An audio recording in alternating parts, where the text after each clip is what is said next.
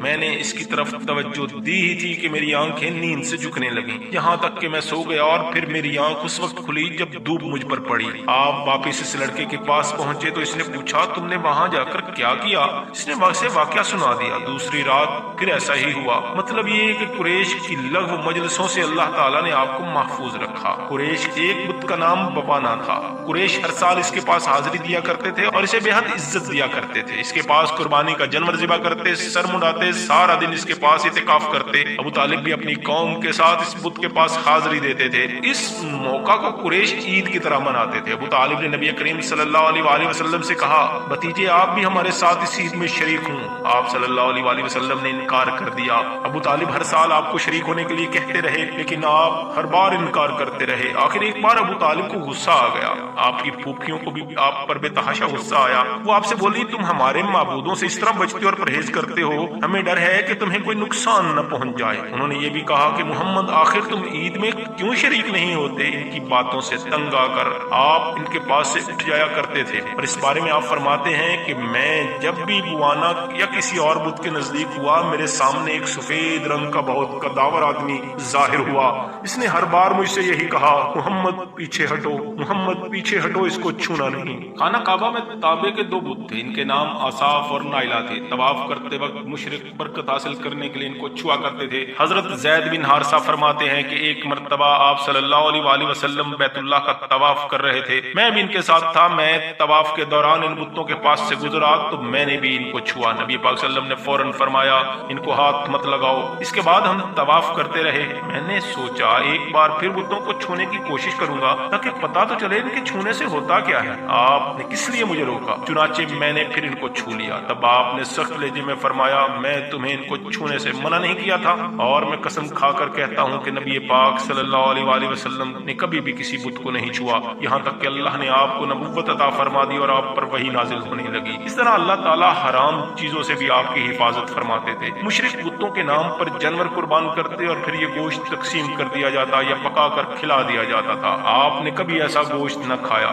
خود آپ نے ایک مرتبہ ارشاد فرمایا کہ میں نے کبھی کوئی ایسی چیز نہیں چکھی جو بتوں کے نام پر دی گئی ہو، یہاں تک کہ اللہ تعالیٰ نے مجھے نبوت عطا کر دی۔ پھر اس طرح آپ سے پوچھا گیا کہ آپ نے بچپن میں بھی کبھی بت پرستی کی؟ آپ نے ارشاد فرمایا کبھی نہیں۔ پھر آپ سے پوچھا گیا آپ نے کبھی شراب پی؟ جواب میں ارشاد فرمایا نہیں، حالانکہ اس وقت مجھے معلوم نہیں تھا کہ کتاب اللہ کیا ہے اور ایمان کیا ہے۔ آپ صلی اللہ علیہ وآلہ وسلم کے علاوہ بھی اس زمانے میں کچھ لوگ تھے جو جانوروں کے نام ذبح کیا گیا گوشت نہیں کھاتے تھے اور شراب کو ہاتھ تک نہیں لگاتے تھے۔ بچپن میں آپ نے بکریاں بھی چرائیں، مکہ کے لوگوں کی بکریاں چرایا کرتے تھے اور معاوضے کے طور پر آپ کو سکہ دیا جاتا تھا۔ آپ فرماتے ہیں کہ اللہ تعالیٰ نے جتنے نبی بھیجے ان سب نے بکریاں چرانے کا کام کیا۔ میں مکہ والوں کی بکریاں سکہ کے بدلے چرایا کرتا تھا۔ مکہ والوں کی بکریوں کے ساتھ آپ اپنے گھر والوں اور رشتہ داروں کی بکریاں بھی چرایا کرتے تھے۔ پیغمبروں نے بکریاں کیوں چرائیں اس کی وضاحت یوں بیان کی جاتی ہے کہ اس کام میں اللہ تعالیٰ نے زبردست حکمت رکھی ہے۔ بکری کمزور جانور ہے، لہذا جو شخص بکریاں چراتا ہے اس میں قدرتی طور پر نرمی، محبت اور انکساری کا جذبہ پیدا ہو جاتا ہے۔ ہر کام اور پیشے کی کچھ خصوصیات ہوتی ہیں۔ اب جو شخص بکریاں چراتا ہے جب وہ مخلوق کی تربیت کا کام کرے گا تو اس کی طبیعت میں بھی گرمی اور سختی نکل چکی ہوگی۔ عربوں میں ایک شخص بدر بن معاشر غفاری تھا۔ یہ عکاظ کے میلے میں بیٹھا کرتا تھا، لوگوں کے سامنے اپنی بہادری کے قصے سنایا کرتا تھا، اپنی بڑائیاں بیان کیا کرتا تھا کہ میں عربوں میں سب سے زیادہ عزت والا ہوں۔ اس کے یہ بڑے بول سن کر ایک شخص کو غصہ آ گیا۔ وہ اچانک اس پر چپٹا اور گھٹنے پر تلوار دے ماری، اس کا گھٹنا کٹ گیا۔ یہ بھی کہا جاتا ہے کہ گھٹنا صرف زخمی ہوا تھا۔ اس پر دونوں قبائل آپس میں لڑ پڑے، ان میں جنگ شروع ہو گئی۔ اس لڑائی کو فجار کی پہلی لڑائی کہا جاتا ہے۔ اس وقت آپ صلی اللہ علیہ وآلہ وسلم کی عمر مبارک 10 سال تھی۔ فجار کی ایک اور لڑائی بنو عامر کی ایک عورت کی وجہ سے ہوئی۔ اس میں بنو عامر بنو کنانہ سے لڑے کیونکہ کنانہ کے ایک نوجوان نے اس قبیلے کی کسی عورت کو چھیڑا تھا۔ فجار کی تیسری لڑائی بھی بنو عامر بنو کنانہ کے درمیان ہوئی، یہ قرض کی ادائیگی کے سلسلے میں ہوئی۔ فجار کی ان تینوں لڑائیوں میں نبی پاک صلی اللہ علیہ وآلہ وسلم نے کوئی حصہ نہیں دیا، البتہ فجار کی چوتھی لڑائی میں آپ نے شرکت فرمائی تھی۔ عربوں کے ہاں 4 مہینے ایسے تھے ان میں کسی کا خون بہانا جائز نہیں تھا۔ یہ مہینے ذی القعدہ، ذو الحج، محرم اور رجب تھے۔ یہ لڑائیاں چونکہ حرمت کے ان مہینوں میں ہوئیں اس لیے ان کا نام فجار کی لڑائی رکھا گیا۔ فجار کا معنی گناہ ہے، یعنی یہ لڑائیاں ان کا گناہ تھا۔ چوتھی لڑائی جس میں نبی کریم صلی اللہ علیہ وآلہ وسلم نے بھی حصہ لیا، اس کا نام فجار براز تھا۔ یہ لڑائی اس طرح شروع ہوئی، قبیلہ بنو کنانہ کے براز نامی ایک شخص نے ایک آدمی عروہ کو قتل کر دیا۔ عروہ کا تعلق قبیلہ حوازن سے تھا۔ یہ واقعہ حرمت والے مہینے میں پیش آیا۔ براز اور عروہ کے خاندان کے لوگ اس وقت عکاظ کے میلے میں تھے۔ وہی کسی نے بنو کنانہ کو یہ خبر پہنچا دی اور براز نے عروہ کو قتل کر دیا ہے۔ یہ خبر سن کر بنو کنانہ کے لوگ پریشان ہوئے، کہیں میلے میں ہی حوازن کے لوگ ان پر حملہ نہ کر دیں، اس طرح بات بہت آگے بڑھ جائے گی۔ چنانچہ یہ لوگ مکہ کی طرف بھاگ نکلے۔ حوازن کو اس وقت تک خبر نہ ہوئی تھی، انہیں کچھ دن یا کچھ وقت گزرنے پر خبر ہوئی۔ یہ بنو کنانہ پر چڑھ دوڑے، لیکن بنو کنانہ حرم میں پناہ لے چکے تھے۔ عربوں میں حرم کے اندر خون بہانا حرام تھا، اس لیے حوازن رک گئے۔ اس دن لڑائی نہ ہو سکی، لیکن دوسرے دن بنو کنانہ کے لوگ خود ہی مقابلے کے لیے باہر نکل آئے۔ ان کی مدد کرنے کے لیے قبیلہ قریش بھی میدان میں نکل آیا۔ اس طرح فجار کی یہ جنگ شروع ہوئی۔ یہ جنگ 4 یا 6 دن تک جاری رہی۔ اب چونکہ قریش بھی اس جنگ میں شریک تھے، لہذا آپ صلی اللہ علیہ وآلہ وسلم کے چچا ساتھ لے گئے، مگر آپ نے جنگ کے سب دنوں میں لڑائی میں حصہ نہیں لیا۔ البتہ جس دن آپ میدان جنگ میں پہنچے تو بنو کنانہ کو فتح ہونے لگی۔ جب آپ وہاں نہ پہنچتے تو انہیں شکست ہونے لگی۔ آپ نے اس جنگ میں صرف اتنا حصہ لیا کہ اپنے چاچاؤں کو تیر پکڑاتے رہے۔ 6 دن تک جنگ کے بعد بھی کوئی فیصلہ نہ ہو سکا۔ آخر دونوں گروہوں میں صلح ہو گئی، لیکن یہ خون خرابے کے بعد ہوئی۔ اس جنگ کے فوراً بعد حلف الفضول کا واقعہ پیش آیا۔ یہ واقعہ اس طرح ہے کہ قبیلہ زبید کا ایک شخص اپنا کچھ مال لے کر مکہ آیا اور اس سے یہ مال آس بن وائل نے خرید لیا۔ آس بن وائل مکہ کے بڑے لوگوں میں سے تھا، اس کی بہت عزت تھی۔ اس نے مال تو لے لیا لیکن قیمت ادا نہ کی۔ زبیدی نے اپنی رقم کا مطالبہ کیا، لیکن آس بن وائل نے رقم ادا نہ کی۔ اب یہ زبیدی شخص اپنی فریاد لے کر مختلف قبیلوں کے پاس گیا، ان سب کو بتایا کہ آس بن وائل نے اس پر ظلم کیا ہے، لہٰذا اس کی رقم دلوائی جائے۔ اب چونکہ آس مکہ کے بڑے لوگوں میں سے تھا، اس لیے سب لوگ آس کے خلاف اس کی مدد کرنے سے انکار کر دیا، الٹا اسے ڈانٹ ٹپٹ کر واپس بھیج دیا۔ جب زبیدی نے ان لوگوں کی حالت دیکھی، دوسرے دن صبح سویرے ابو قیس نامی پہاڑ پر چڑھ گیا۔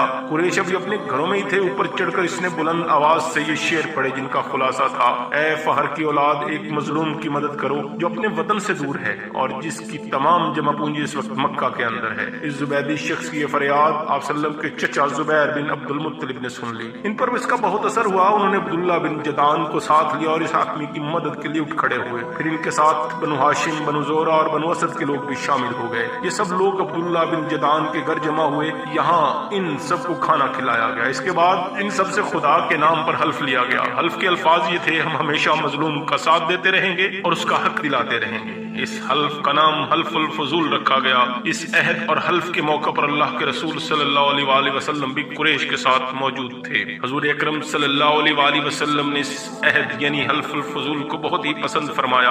آپ فرماتے تھے: میں اس عہد نامے میں شریک تھا۔ یہ عہد نامہ بنو جدعان کے مکان میں ہوا تھا۔ اگر کوئی مجھ سے کہے کہ اس عہد نامے سے دستبردار ہو جائیں تو اس کے بدلے میں 100 اونٹ لے لیں تو میں نہیں دوں گا۔ اس عہد نامے کے نام پر اگر آج بھی کوئی مجھے آواز دے تو میں کہوں گا میں حاضر ہوں۔ وقت دینے کا شکریہ، اور میرے چینل کو سبسکرائب، لائک اور شیئر کر دیں تاکہ آپ تک انتہائی خوبصورت معلومات کا مجموعہ پہنچتا رہے۔ جزاکم اللہ۔